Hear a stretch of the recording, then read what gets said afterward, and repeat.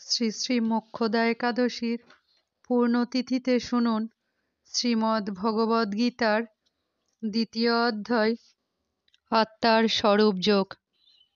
শ্রীমদ্ ভগবদ্গীতা, যা স্বয়ং পদ্মনাভ ভগবান শ্রীকৃষ্ণর মুখনিসৃত।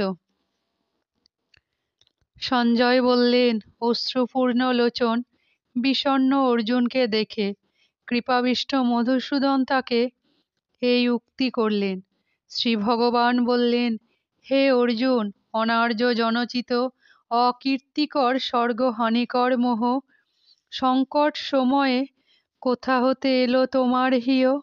কাতর না হও পার্থ, শোভা না পায় হীনতা, যুদ্ধ কর উঠি, ত্যাজ হৃদয়ের দীনতা। অর্জুন বললেন, কিরূপে করিব যুদ্ধ, সহিত পূজনীয় ভীষ্ম দ্রোণ? কহ তুমি মোরে, ওহে শত্রুমর্দন মধুসূদন। ভিক্ষান্ন ভোজন শ্রেয়, গুরুজনে না বোধি, কেমনে ভোগিব এই অর্থ, তাহা যে লিপ্ত রুধির। আমরা হইব জয়ী বা তারা করুক জয়, বুঝিতে না পারি কোনটি শ্রেয় মনে হয়। যাদের বধ করে মোরা বাঁচিতে না চাই, সম্মুখে উপস্থিত সেই ধৃতরাষ্ট্র পুত্র মোদের ভাই। চিত্তের দীনতায় অভিভূত আমি, প্রকৃত ধর্ম কি কহ মোরে স্বামী?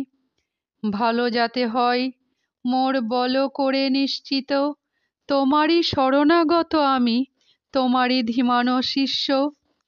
যদি বা হই অধিপতি আমি সুরলোকে, নিষ্কণ্টক সমৃদ্ধ রাজ্য ভোগিব কেমনে? যে শোকে মোর ইন্দ্রিয় হয় বিচলিত, সে শোক যাইবে কেমনে, তাহা হয় না দৃষ্ট।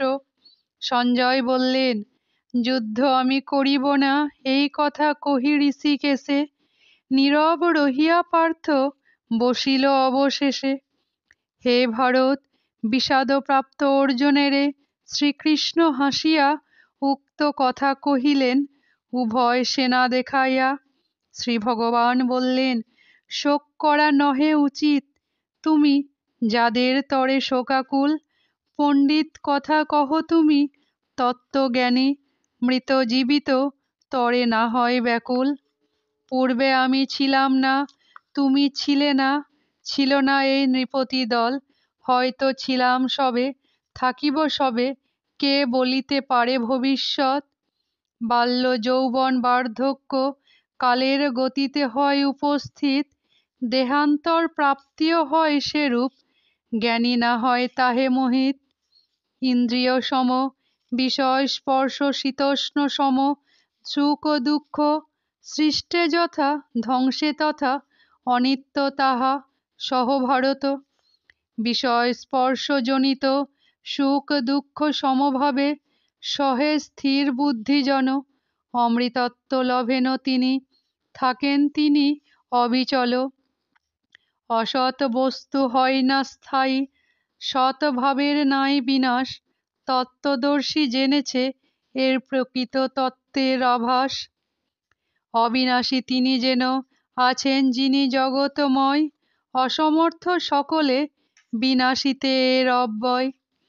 দেহ নশ্বর, আত্মা নিত্য অবিনাশী হয় যে প্রমাণিত, তাই যুদ্ধ করো না হয়ে কাতর, হে কন্তেয় ভারত। যে কহে আত্মা হন্তা, যে জানে আত্মা হত, তারা না জানে আত্মা কি জানে না আত্মা তত্ত্ব। আত্মার নায়ক জন্ম নায়ক মরণ, এটি সৎরূপে নিত্য বিদ্যমান। আত্মা জন্মরহিত, নিত্য শাশ্বত পুরানো, শরীর হত হলেও আত্মার নেই কো পরিণাম। যেভাবে আত্মা অজ, নিত্য অবিনাশী, কহ পার্থ সে পুরুষ কি প্রকারে কারে করে নাশী। পুরানো বস্ত্র ত্যাগ করি নূতন বস্ত্র পরে নর, জীর্ণ শরীর ত্যাগ করি আত্মা ধরে নব কলেবর। হে শস্ত্র দ্বারা না হয় ছেদন, অগ্নিতে না হয় দহন, জলে ইহা হয় না আর্দ্র, এরে বায়ু না করে শোষণ। আত্মা অচ্ছেদ্য অদাহ্য অক্লেদ্য অশস্য, নিত্য ইহা সর্বব্যাপী, স্থির অচল সনাতন অবিনশ্বর। অব্যক্ত অচিন্ত অবিকার্য বলে কথিত আত্মা সর্বহ, অত আত্মাকে রূপ জানি নয়, করা শোক তব উচিত। জন্মে আত্মা দেহ সাথে, মরে তাহা দেহসাৎ, এর তরে তব শোক নয় উচিত। হে কন্তেয় নাথ, জন্মিছে যে মরিবে তো সে, অবশ্যম্ভাবী কাজে কিসের শোক দুঃখ কিসে। জীবগণ আদিতে অব্যক্ত, মধ্যে ব্যক্ত হে ভারত, বিনাশান্তে যে অব্যক্ত তাই তাহে কিসে বিলাপ। আত্মা আশ্চর্য রোধে কেহ, আত্মা আশ্চর্য বর্ণে কেহ, আশ্চর্যবত আত্মা শুনে কেহ, শুনিয়াও আত্মা কি না জানে কেহ। হে ভারত, জীবদেহে আত্মা অবদ্ধ সর্বদা, তাই কোন প্রাণী তরে তব শোকে অযথা। ভীত না হইও তুমি, দৃষ্টি রাখি স্বধর্মে, শ্রেয় তারে নাহি কিছু ক্ষত্রিয়ে ধর্মযুদ্ধে বিনে। স্বয়ং উপস্থিতে রূপ যুদ্ধ স্বর্গদ্বার স্বরূপ, হে পার্থ যুদ্ধ কর ক্ষত্রিয় হয়ে, হয়ো না বিরূপ। যদি তুমি ধর্মযুদ্ধ নাহি কর, থাকো মুক্ত, স্বধর্ম কীর্তি ত্যাগ করি হবে তুমি পাপযুক্ত। চিরকাল অকীর্তি ঘোষণা করিবে সর্বজনে, তব সম্মানীয় ব্যক্তি অকীর্তি সমমরণে। ভয় হেতু যুদ্ধ ত্যাগ করিছ ভাবিবে মহারথীগণ, সম্মানীয় যাদের কাছে তুমি কেন হারাবে সম্মান।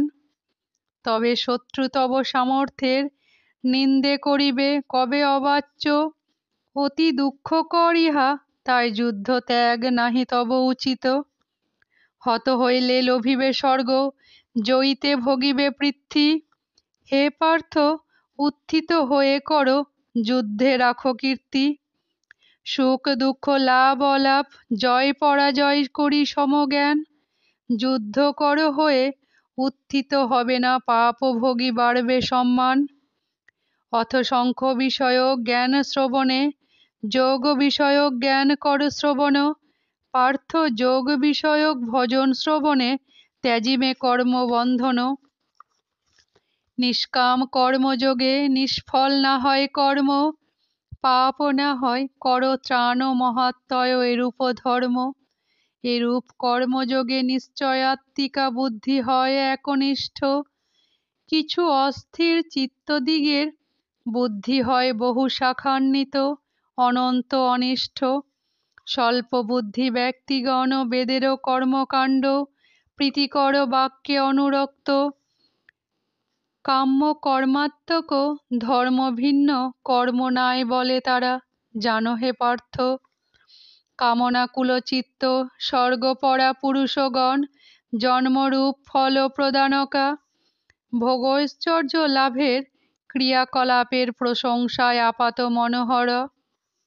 এরূপ অহৃদ চিত্ত ভোগৈশ্বর্য আসক্ত ব্যক্তগণ না করিতে পারে কার্যসিদ্ধ, না রাখিতে পারে স্থির মন। হে অর্জুন, বেদসমূহ ত্রিগুণাত্মক, তুমি যে ত্রিগুণাতীত, তুমি নিত্য ধৈর্যশীল আত্মাবান, যোগ ক্ষেমরহিত। কার্যসিদ্ধে ক্ষুদ্র জলাকায় মহাজলাশয় সম, সকল বেদে যে কার্য সিদ্ধ হয় ব্রহ্মনিষ্ঠ পুরুষ তাহার যেন।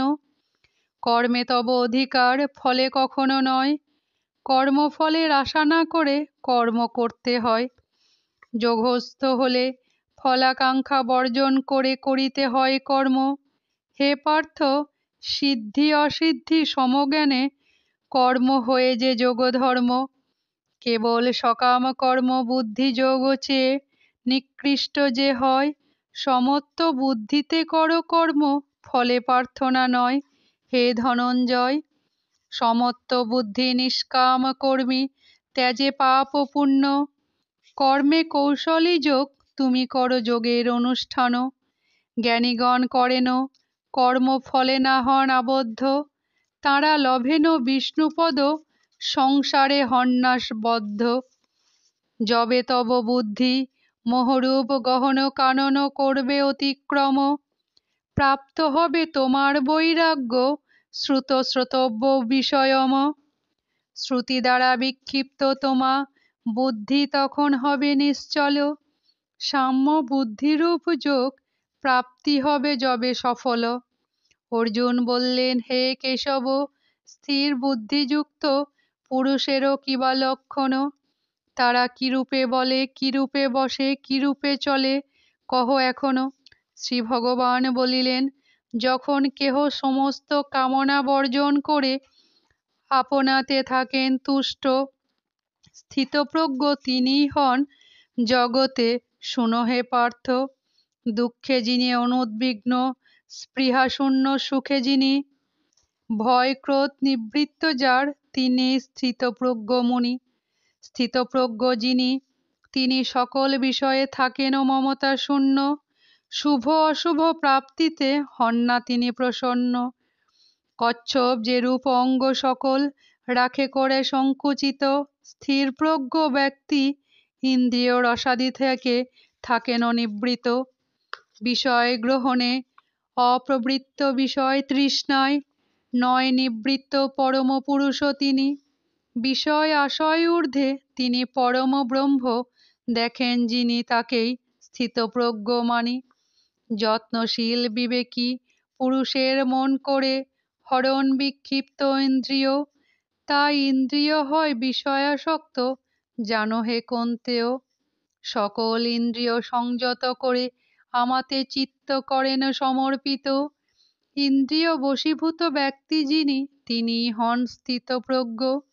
করলে চিন্তা বিষয় সকল আসক্তি আসে মনে, আসক্তি আনে কামনা, তবে ক্রোধ সামলাবে কেমনে?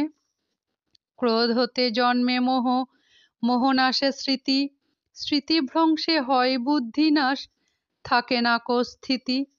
ক্রোধ হতে জন্মে মোহ, মোহ নাশে স্মৃতি, স্মৃতিভ্রংশে হয় বুদ্ধিনাশ, থাকে না কো স্থিতি।